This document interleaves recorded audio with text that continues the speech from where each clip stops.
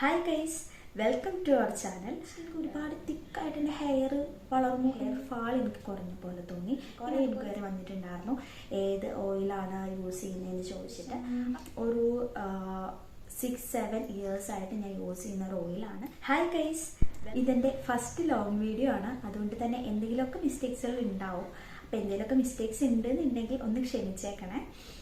അപ്പോൾ ആദ്യം തന്നെ ഞാൻ എന്നെ ഒന്ന് പരിചയപ്പെടുത്താം. I M Athira.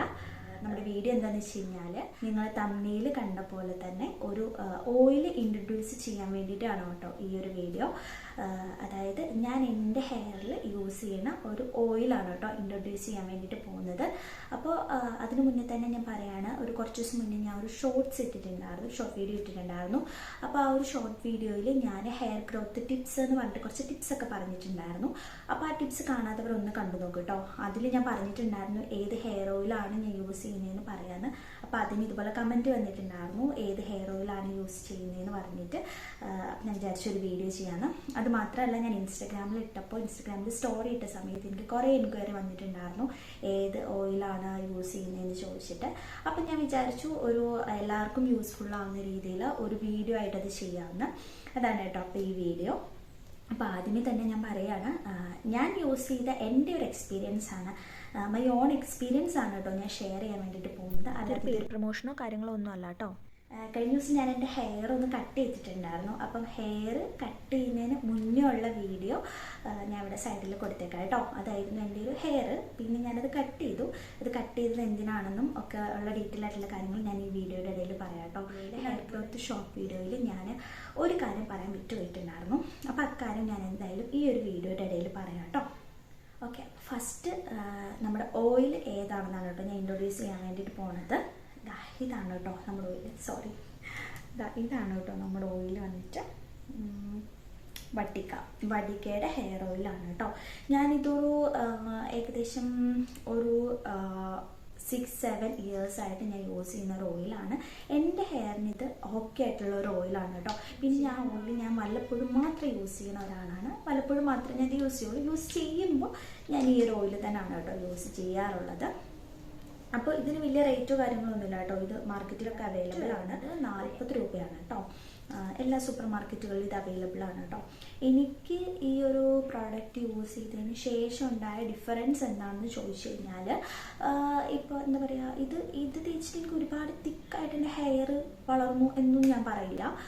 പിന്നെ എന്തിനാണ് ഞാൻ ഇങ്ങനെ ഒരു വീഡിയോ ചെയ്യുന്നത് നിങ്ങൾക്ക് ചിന്തിക്കുന്നുണ്ടാവും. അപ്പോൾ അങ്ങനെ ഹെയർ ഒത്തിരി വളർന്നു, അല്ലെങ്കിൽ നിങ്ങളിത് യൂസ് ചെയ്താൽ നിങ്ങൾക്ക് പെട്ടെന്ന് ഹെയർ ഗ്രോത്ത് ഉണ്ടാവും, അങ്ങനെയൊന്നും അല്ല ഈ ഒരു പ്രോഡക്റ്റ് എനിക്ക് യൂസ് ചെയ്തിട്ട് തോന്നിയത്. അതായത് ഒന്നാമത്തെ കാര്യം എന്താണെന്ന് വെച്ച് കഴിഞ്ഞാൽ, എനിക്ക് ഉണ്ടായിരുന്ന ആ ഒരു ഹെയർ എനിക്ക് അതേപോലെ തന്നെ മെയിൻറ്റെയിൻ ചെയ്ത് കൊണ്ടുപോകാൻ പറ്റി എന്നുള്ളതാണ് ഇതിൻ്റെ ഏറ്റവും വലിയൊരു ബെനിഫിറ്റായിട്ട് ഞാൻ കണ്ടത്.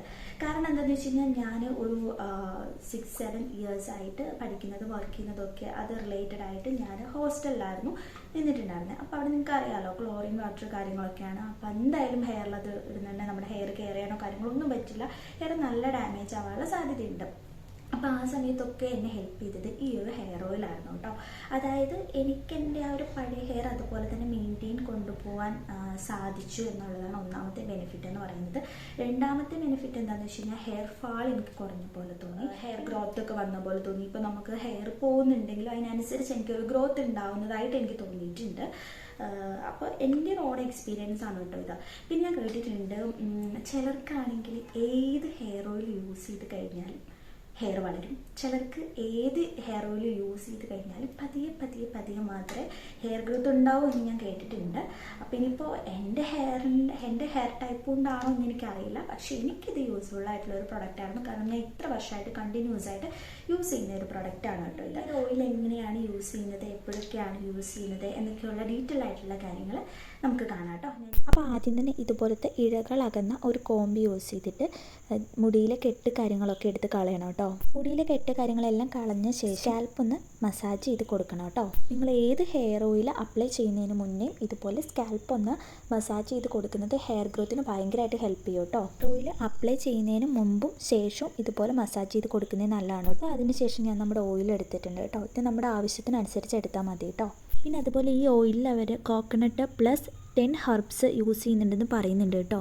അതുപോലെ ഡാൻഡ്രഫ് കൺട്രോൾ ചെയ്യും, പ്രിവെൻറ്റ്സ് ഡൾനെസ്, ഡാമേജ്ഡ് ഹെയർ, ഇതൊക്കെ ഇവർ പറയുന്നുണ്ട് കേട്ടോ. എൻ്റെ തലയിൽ അത്യാവശ്യം നല്ല ഡാൻഡ്രഫ് ഉണ്ടായിരുന്നു, പക്ഷേ ഇത് തേച്ചിട്ട് ഡാൻഡ്രഫ് പോയ പോലെ എനിക്ക് തോന്നിയിട്ടില്ലായിരുന്നു കേട്ടോ. സ്കാൽപ്പിൽ നമ്മൾ ഇതുപോലെ ഹെയർ ഓയിൽ അപ്ലൈ ചെയ്തെങ്കിൽ മാത്രമേ ഹെയർ ഗ്രോത്ത് ഉണ്ടാവുള്ളൂ കേട്ടോ. മുടിയിൽ അപ്ലൈ ചെയ്യുന്നത് മുടിയുടെ ഡ്രൈനെസ് ഒക്കെ മാറാൻ വേണ്ടിയിട്ടാണ് കേട്ടോ. അല്ലാതെ മുടിയിൽ നമ്മൾ ഹെയർ ഓയിൽ അപ്ലൈ ചെയ്ത് കഴിഞ്ഞാൽ മുടി വളരില്ല കേട്ടോ. മുടി വളരണമെങ്കിൽ സ്കാൽപ്പിൽ തന്നെ ഹെയർ ഓയിൽ അപ്ലൈ ചെയ്യണം കേട്ടോ. പിന്നെ ഹെയറിൻ്റെ ഡ്രൈനെസ് ഒക്കെ മാറാൻ വേണ്ടിയിട്ട് മാത്രമാണ് കേട്ടോ നമ്മൾ ഹെയറിൽ ഇതുപോലെ ഓയിൽ അപ്ലൈ ചെയ്യാറുള്ളത്.